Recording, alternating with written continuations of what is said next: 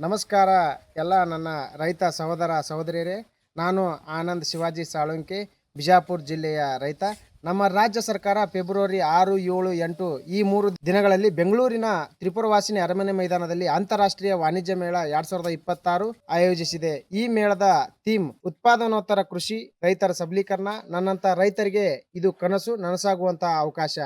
ಇಲ್ಲಿ ಮೌಲ್ಯವರ್ಧಿತ ಉತ್ಪನ್ನಗಳು, ಸಾವಯವ ಆಹಾರಗಳು, ಸಿರಿಧಾನ್ಯ ಉತ್ಪನ್ನಗಳು, ಬ್ರ್ಯಾಂಡಿಂಗ್ ಮಾಡುವುದು ಹೇಗೆ ಮಾಡುವುದು ಎಲ್ಲ ಒಂದೇ ಜಾಗದಲ್ಲಿ ಸಿಗುತ್ತವೆ. ಅಂತಾರಾಷ್ಟ್ರೀಯ ಖರೀದಿದಾರರು, ದೊಡ್ಡ ಕಂಪನಿಗಳು, ತಜ್ಞರು ಎಲ್ಲರೂ ಬಂದು ನಮ್ಮ ಉತ್ಪನ್ನಗಳನ್ನು ನೋಡಿ ಖರೀದಿಸಲು ತಯಾರಾಗಿರುತ್ತಾರೆ.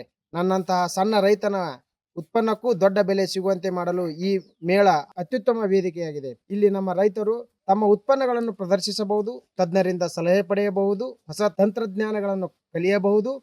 ಇದು ಕೇವಲ ಒಂದು ಮೇಳ ಅಲ್ಲ, ನಮ್ಮಂತಹ ಅನೇಕ ರೈತರ ಭವಿಷ್ಯವನ್ನು ಬದಲಾಯಿಸುವ ದೊಡ್ಡ ಅವಕಾಶ.